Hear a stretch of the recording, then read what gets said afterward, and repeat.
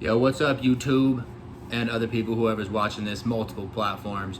I would like to introduce you to Conversations with a Junkie and a Doctor. This is... Hey, I'm Joel the Junkie, and the elder brother. and I'm Benjamin the Doctor. Although we don't really identify with those titles, we don't believe in that kind of thing. No, abandon them. Yeah, he's recovered. We both abandoned those titles. Play. But yeah, this is our long form conversations, just talking about what it is. We are brothers, by the way. He is. Are you 31?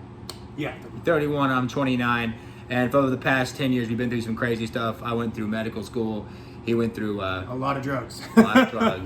And we would like to share our respective positions about how we got to where we are today and How we're still living. How we're still living, and we're trying to find a better way. We can't wait to share with you all. So stay tuned for these long form conversations. There will be more to come. Feel free to point anybody in these directions that needs to hear these kind of talks, because it's desperate times out here, I think. Stay tuned, y'all. So just to be very, very honest, when we were both 18-ish or so, I found my peace in the world by, I wouldn't even call it peace. My drug of abuse was work ethic, studying, working out, and just trying to be the absolute best at everything that I could be. And, it led me to a career of, graduating with, I have, four degrees and high GPA, good shape, all those things. But it didn't really matter in regards to that sense of inner, I was genuinely uncomfortable with my life if I was not in the gym, working so hard that my hands bled and I couldn't move, or studying so much that I knew absolutely everything because I was paranoid that I might miss something. So essentially I was numbing myself with that. And me at 18, I invested myself in probably drugs, alcohol, and women. And at the moment, in that moment of what I call lust, or drinking or doing drugs, at that point in time, I'm not gonna lie to you, yes, I was happy. But as soon as that passes, and it's very fleeting. Once that high passes, you wake up the next morning and you feel worse than you did the day before, and it snowballs. It's a snowball effect that each morning you wake up after you get drunk, after you get high, on to the next person. It just snowballs, and then finally one day you're gonna wake up and you're gonna feel so empty that you're gonna go so far that you're not gonna be able to find yourself again. And trust me, I've been there. If it weren't for my family now, I would have been in the grave 10 years ago. And I've got many people that can attest to that, I promise you. But that's what I invested myself in, and that's what he invested himself in. And what we're here to tell you is, it doesn't matter which way in life you come from. If you don't find yourself, then it really doesn't matter.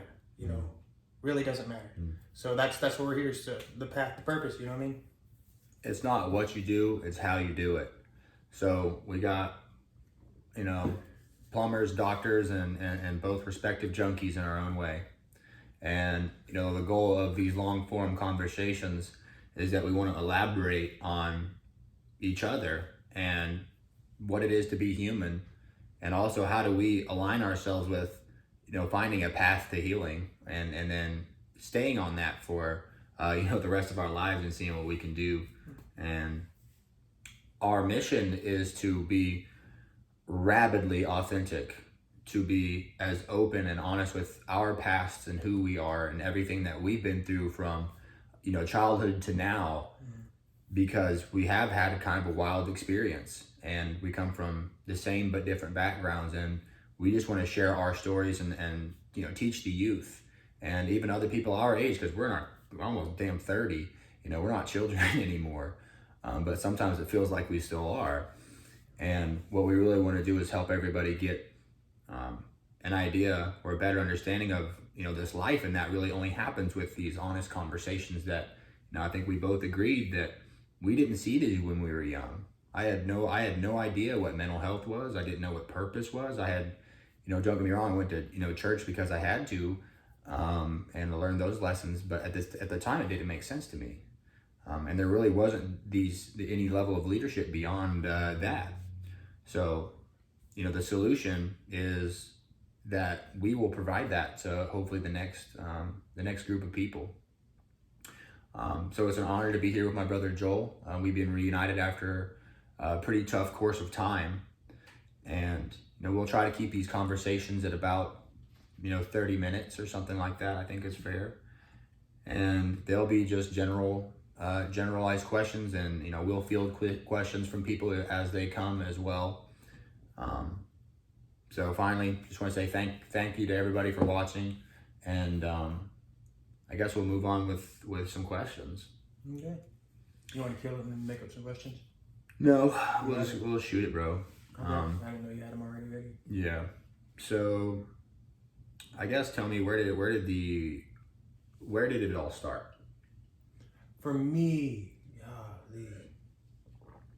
such a long time ago. When was probably right around 15. When was the time when you thought the thought like, I'm not the same as everybody else? Oh shoot, that was when I was born.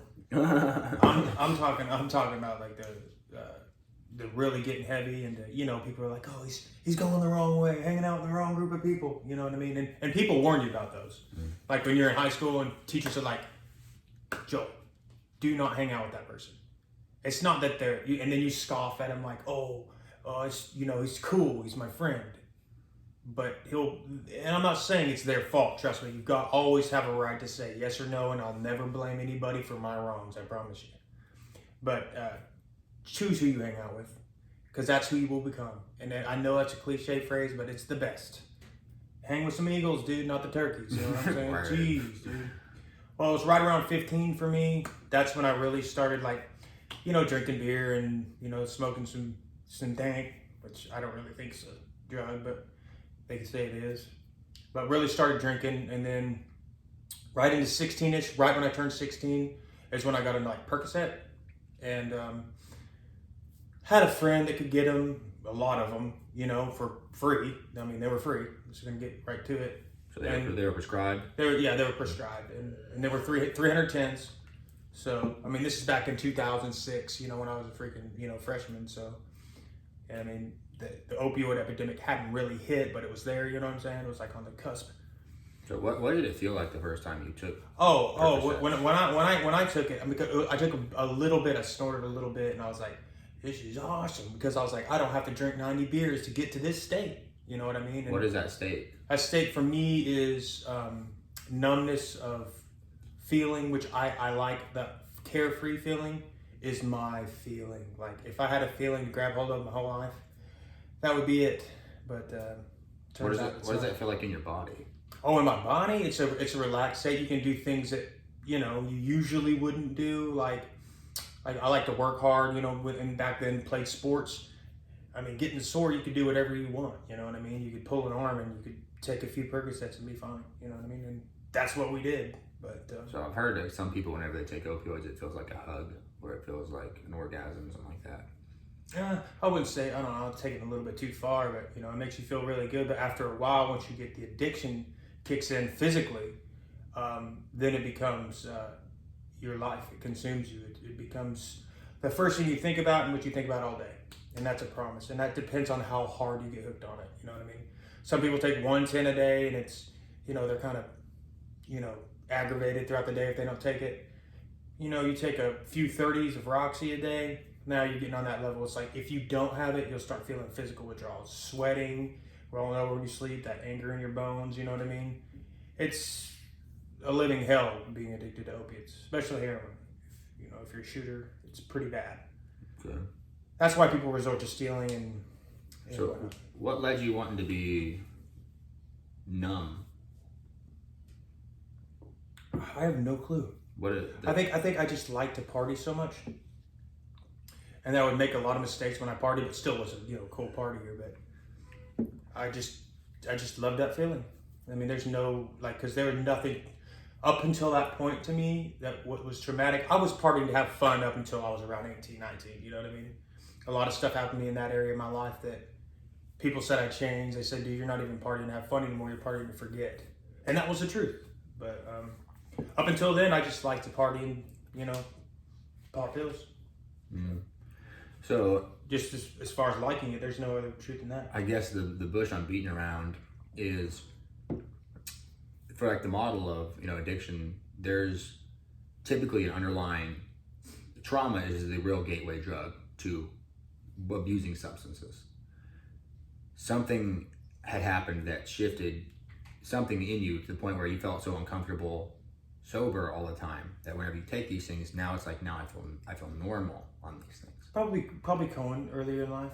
So there was something. Well, that, yeah, Cohen didn't it? Was there probably traumatic enough? Don't you think? Well, I mean, it's not trauma. Isn't what happens to you. It's what happens inside of you. Yeah. So were you different before Cohen got hit versus after? Man, I was so young. For those of you who don't know, our younger brother Cohen got ran over by a truck when we were 5 and 7 respectively, and we were both in the front yard. Whenever he had stolen my bike, I remember this, and I was chasing him around. But yeah, this is shook out where he got hit by a truck actually twice. It ran him over, then backed him over. Pretty traumatic ordeal, to be honest. Like, we saw it all shake out, and in and out of the hospital really in the hospital for a long time, not sure if he was going to live or die, and we were staying at other houses. It was a pretty tough time in our life given our respective ages, so that's like one trauma that we share for sure.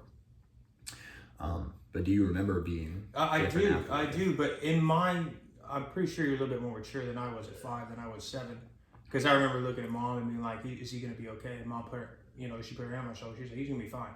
Yeah. So I believed that, and seeing Cohen now, it's, hell, he's fine to me, you know what I'm saying? So that did not change me that much. But because I went and asked him one day when I was like 24-ish, and before he even asked, he said, I'm just fine the way I am. Cohen said that? Yeah. That's beautiful. Yeah. Oh, also, by the way, he has the intellect of roughly like a two-year-old. So which is the best? Yeah, he's a giant teddy bear. He's just trying to hug him. He's awesome.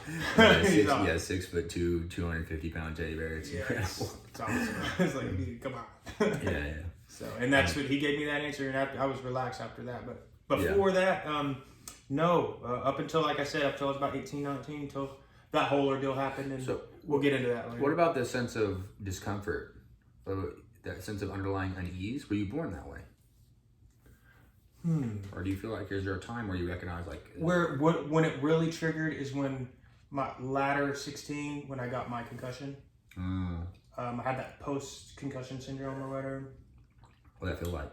Oh, it was the scariest thing. You know me, I don't get that depressed, you know what I mean? Mm-hmm. And I'm like, dude, I was sitting there for forever. And then remember, I got one 2 weeks later because they put me in the game 2 weeks later. It's crazy. Yeah, and then high I school got football. another. Yeah, shout out. Stupid. And then high school, I say stupid. You say shout out. Shout out. And then I got another one, and then I was never the same, like mentally after that. Emotionally, I would say. So it was more of an emotional shock? It was more of an emotional, yeah. It took weeks, Mitch, Aaron, Garrett, and TJ for talking me up, like, dude, what is the matter with you? You know what I mean? Because I'd be walking in and out of class, wouldn't even say what's up. Dude, just be ducking. I'd be ducking. And you know me, I'm the social butterfly. Yeah. And I was ducking. And you feel like that was more of a depression thing? Yeah, that was, it lasted for about 6 months, and I came out of my shell, and then got another one on that surfing accident with Gabe. Yeah. And then got another one. I had a lot of concussions. A lot of concussions, but yeah. A lot of trauma. Brain trauma, that's something we look for. It's a real thing. It's a real thing. Really is. So I guess that sort of set the framework for that inner feeling of just not feeling right. And then that's when I took it up a notch. Was said with drinking, because right when I was 17, had a friend with a sister in college, and then like we go up there and party all the time, you know what I'm saying? So that's when I could really take it to the next level with beer bonging, and it was cool to be drunk, and they didn't know who they were messing with at 17, partying with a bunch of 20-year-olds, I was the beer bong champ, and I thought it was the coolest thing ever, but and realistically, it's really gay or stupid. There you go.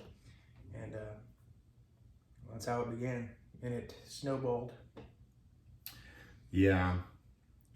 It's a pretty tough go, man. Is it traditional intro to drinking in college? I feel. Oh, and it was fun. It was fun at the time. You know what I mean? You're 17, you're partying with a bunch of college guys and girls, and it was fun. Yeah.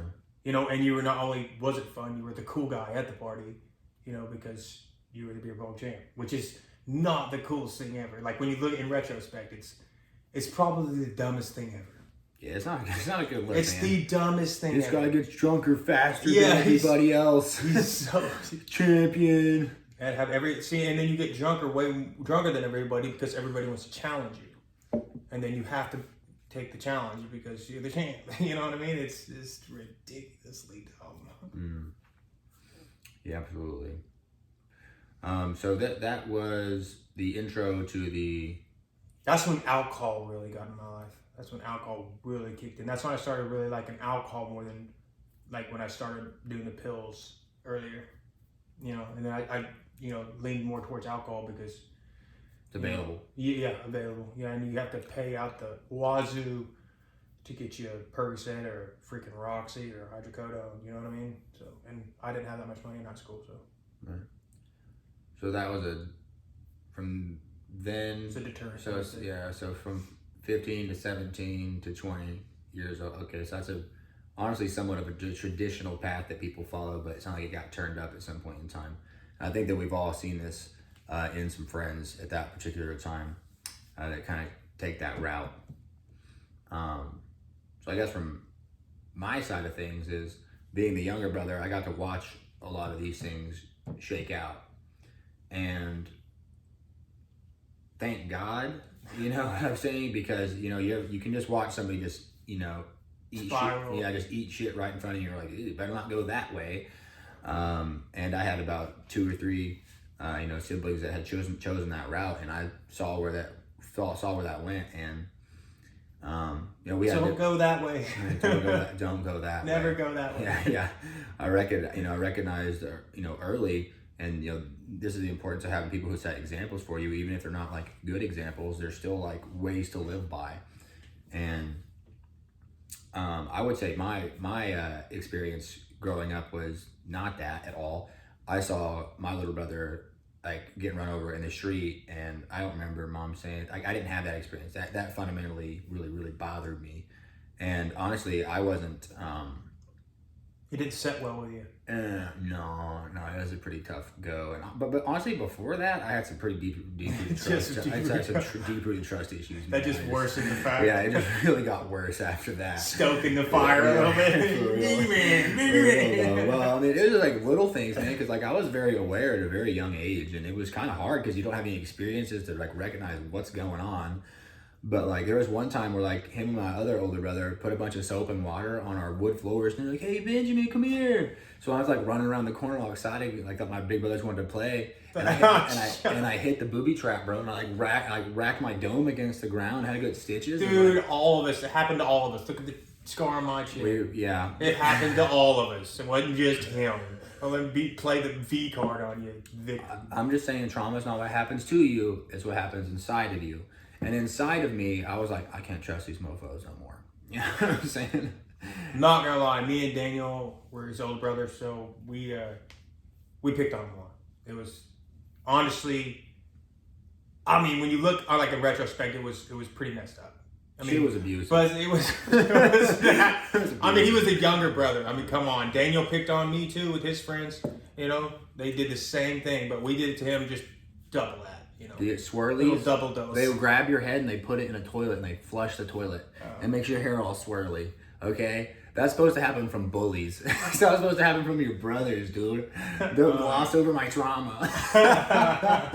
Oh god. We were young. That was before. No, it's okay. I'm not mad at him anymore. I mean, honestly, it's just kids being kids. Like I said, I think that if I would have, Don't bully. Not even your brothers. I think that if I would have, you have to make strong children. You can't just like take away the things that, mess them up. You have to empower them. And I just feel like I didn't empower myself at all. Nor did I really feel empowered. So it was a double whammy. But he didn't come into his own until he was probably 19 years old, 20. Yeah. But then after that, hey, look at him now. It's all about coming. Better late than never. I would say, so growing up for me was a lot different than it was for him because Joel was very large. He was a big person, good looking guy, very athletic, and he always played a great ahead with sports and stuff like that. I was the like sheer opposite of that. I was short and kind of squatty. short and fat, and really not that athletic, to be honest. Like 6th grade, I think I got picked last in PE, which is a pretty severe trauma. It's a no, he's never been through that. He doesn't know what that is. I don't. But I got picked last behind. I don't want to name drop anybody. But this kid was a bum. Straight up. And like just to watch him get picked before me, I was like, yo, this is the saddest thing in the world. Oh no. So, dude, I quit. Dude. I would have said, I'm out of here. Like, I'm just gonna go sit in the rafters. Dude, that happened at the YMCA one time when I came in late. Yeah. Bro, I was about to flip a lid. It's like, anyways, long story short, yeah, it's like dude has a prosthetic leg. I didn't have a good like really friend group because we moved a lot during that time too. And I wasn't the best at making friends. I was probably a little socially awkward, you know. So ultimately in like middle school, like, you know, just like not felt fat and ugly because I probably kind of was fat and ugly. Also not smart too. He was fat and ugly. It was a bad time for the old developmental years. So I was quiet. I was super quiet, and you know, I'm the 9th of 12 children, or realistically the 5th of 8. If talking core brothers and sisters, and I'm just a fly on the wall. I'm like watching stuff. I'm observing. I can't say anything anyway, you know, because they're just gonna be like, you do it. Or if my parents told my older brothers to like clean the house, they would look at me and be like, clean the house, and I'd be like, all right. Not really having a choice in the matter. We never clean, bro. Yeah. Ever as children. Yeah, it's pretty bad. So my formative years were different than what his were, and a lot of that trauma stemmed from, you know, my little brother being run over and me seeing it. I would say my older brother's kind of fracturing the trust from the family group, and a lot of it. Another thing that kind of bothered me was like our dad was very, very athletic. You know, just a big, like, you know, athlete. Yeah, half Native American guy, just a born athlete. You know what I'm saying? And I'm an athlete, but that dude's an athlete. Yeah, he played, you know, baseball coming out and got drafted out of high school, so he was very good at this kind of stuff. And you know, he kind of, you know, idealized sports and athletes, I would say, and had dreams. In short, he picked favorites. Okay. He didn't pick favorites, but he had favorites. Yeah, he didn't intend to do that, but the things that he truly loved were sports. And if we're really good at sports, that's also something he loves. So he kind of aligned with that. Mm-hmm. He could relate to. I was short and fat, so he really wasn't like out in the yard playing with me. Which in turns into more attention to that child. Yeah, and our older brother Daniel, who's an absolute stud. Yeah. Yeah, we're talking like all-American kind of stuff. Yeah, he's the fastest person I've ever seen. Ever. So he got a lot of the, you know, plus he's the firstborn male, you know, so I was like, yeah, okay, this is like some biblical stuff going on. I get it. And he's very biblical, our father. And I get it, you know what I'm saying? You got to put all the eggs in that basket, but it still hurt my feelings. You know, there's not a way to put it. Besides that, you know, that teenage angst where it's like, man, what am I not good enough? It's like, this is probably the biggest core problem for Ben growing up, and still to this day, I would think. I got a chip on my shoulder. He does. Been that huge chip on my shoulder. Time. I gotta prove myself to everything, like, literally everybody that ever looked down on me, including myself. You know, I didn't like that very much, and I felt like I judged myself by that metric for so long. Where I was like, you know, you're not good. You're not smart. You know, you can't pass 6th grade. What is it, math or something like that? It was pre-algebra, 8th grade. Never forget that. But a good thing I do have to say is, a lot of people turn these things for bad, and he did. I mean, for the first couple years, it was kind of shaky once he came into his own. Yeah, I took that. For the first couple years, he got his ego. He was so egotistical, egocentrical, overconfident. That's a nicer word. That's a. But that was for the first couple years. Okay, the way he proved people wrong, he did it the right way. You know what I mean? He didn't. You know, if he walked by somebody that said, you know, when he told people when he was 17, 18 years old, he's like, dude, I'm going to be a doctor. This is what I'm going to do. You know what I'm saying? And people looked at him like scoffing at him and, oh, you think you're going to be a doctor? You know what I mean? Like, who says that to somebody? Well, they did. Well, then the years roll by. GPA goes up. Everything stays cool. From O-Trip to, you know, to UCO to OU. And now things are coming together. You know, 23, 24-ish comes along. Now his ego's a little messed up, but then he starts working on ego dissolution, which he perfected a little bit. You know, everybody's got it. You got to have a little bit of an ego. If not, come on now. And so he did it the right way. He got back at him by working harder. And I think that's the best way. Like, the only way to beat him is by success, and bless your enemies. You know what I'm saying? And I think that's why he's blessed right now, is because that's what he did. So I will say a lot of that is true, but I will also stand in to say that a lot of that comes from a deeply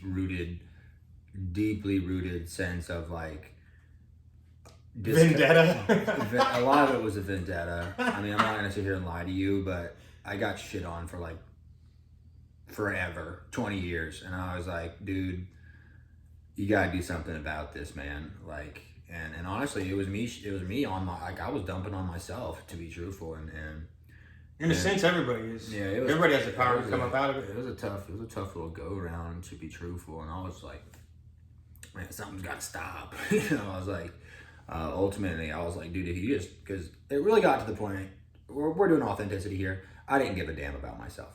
I really just could have cared less.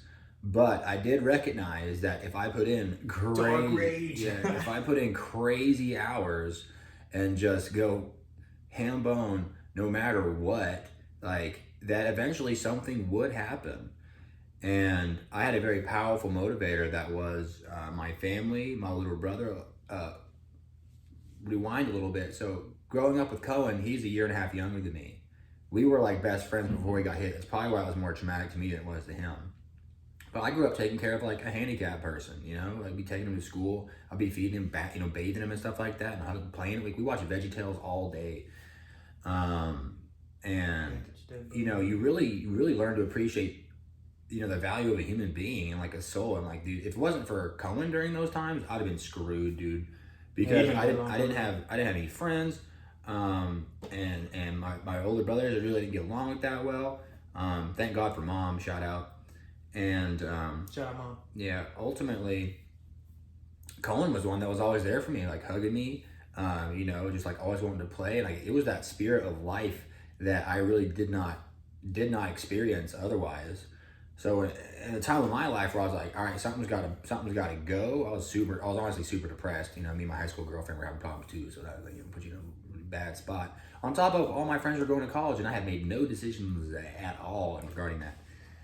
And I just remember just sitting there in a state of like just absolute, I was sitting on the couch, just dysphoria. I was like, oh my God. Like, at the time I had no idea what this was, but I was in a state of like, and I was like looking around at my life and like, you know, I was like, what actually matters to me? And then in my field of view was Cohen, sitting there with a big smile on his face, bouncing around. And I was like, yep, that's the one. In a state of absolute darkness, you will see the light. And that's what, you know, happened to me. And I was, in that moment, I remember thinking, you know, doctors gave Cohen life, and Cohen gave me life. And for the first time, I saw this sort of like network effect, this idea of potential that if you influence one person, it's not just that person that you change, it's everybody that person ever meets that you change. And the power of that is, you could never measure it. It is so big. Even for example, now this whole conversation stems from that decision, and hopefully this, you know, it reaches a lot of people and does the same that'll carry out. We can't measure that. And I remember thinking, like, I want to save lives so that I can give life to other people, and they can continue to share that and make the world some kind of better. Because if I had the opportunity, like if Cohen were out of my life, I wouldn't be here. That is just bare bones facts. I would have been just some junkie in a trailer park, without a doubt, if I would have even lived that long. You would have been like me. Worse than him, to be honest. And I can say worse, I would compare, yeah. I mean, you weren't that bad, to be honest. You just had a little bit of a drug problem. Take a shot. Alright, hold on, let's conclude the video. Sit down. So this is about 30 minutes exactly, whereas we wanted to keep it. And I think we're at a good, you know, position. I think I do want to ask maybe one or two questions, so this way we don't finish like on this all about me kind of stuff. And I want to finish off with some of Joel's story. But Shoot, no, we'll fit it because mine after 17, mine takes a long time. We'll skip that part. Yeah, it's going to take a long time. It gets a little hairy there for a little bit. It gets hairy for a decade or two. Okay. So one thing I do want to ask is like, what prompted this most recent? What prompted your recent change, where you've been clean from heroin for it's been like 8 months or 10 years or something like that? Yeah, about 8 months. So what had happened during that experience? I had some injuries from what I had gotten before. I had gotten infected with endocarditis in my heart, so I had a lot of my heart valves are all trashed. So, and they kind of gave me a time frame, a couple years, or and they're like, you need to get this surgery done. If not, then this is gonna happen. I just don't like all that mess. And I came out of the hospital, feeling great, except for my back. And my back worsened and worsened and worsened. What I mean by bad is like it got bad.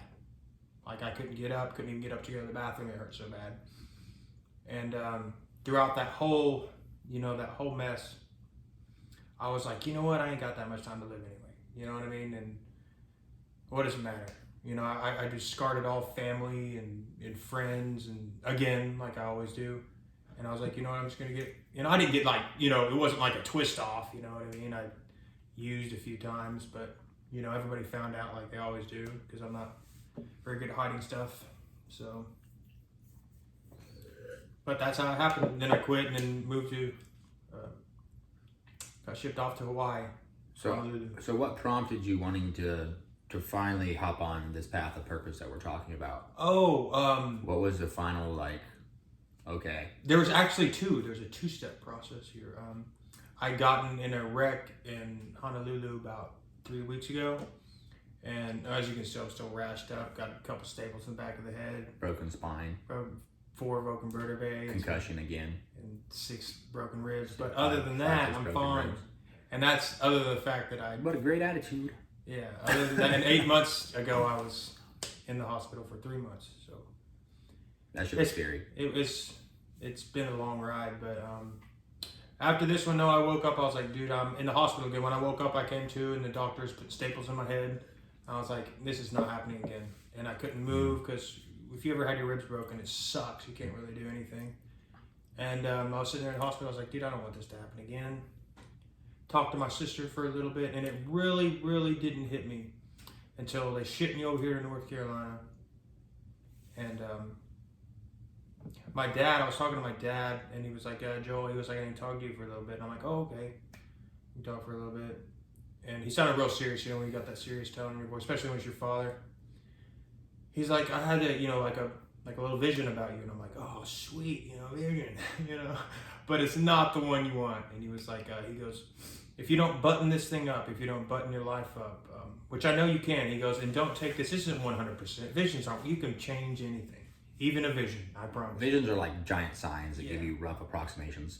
And he was like, if you don't change what you're doing in your life, this is when I made I was already like, 70, 80%, but this is what turned over the whole leaf, you know what I mean?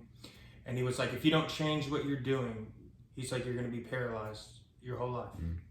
And he goes, and I don't want to see that. And you can hear someone tearing up, and that's what I hate. To make my father cry is, and I'm very close to him. To make him cry is one of the worst pains you could ever feel, especially when you're sober. When you're high, you don't care. But when you're sober, that's when you really feel it. That's when you really feel the effects of what you're doing in your life and how much they really love you, which is a lot. They give their life for yours, you know what I mean? And he was like, if you don't stop what you're doing, pretty much essentially saying I'm going to be done from the neck down. And he knows that I would not live my life like that. I'd find a way to, cut myself out, So essentially I'd be dead if I didn't stop what I was doing. And I love life, and I love my family, and I love my friends, and I want to be here. So that's what I'm going to continue doing. There's that purpose, y'all. Is that, life sucks. We got to be honest sometimes. Like, it's brutal. It's low-key brutal. Not just for him, but even for me in my circumstance, whereas all this was shaking out, where, I'm in residency, which is one of the hardest times of life. And to try to manage or to think about the fact that my brother is going through this, And on top of I was kind of going through my own little events. It really pulled me towards a place where I was just not who I knew that I could and should be, and I lost sight of my purpose, and it became more about survival than it did thriving. And I could think we both can agree that that's not a state that we want to occupy anymore. Hence this whole these podcasts and these conversations. So I just want to kind of break it down and conclude the episode and say, like, strong words, Drew. Yeah. I mean, we have never gone through therapy at all. Ever. So this is the closest that we get to that. Yeah. Open and honest. By ourselves, but not. Yeah, right.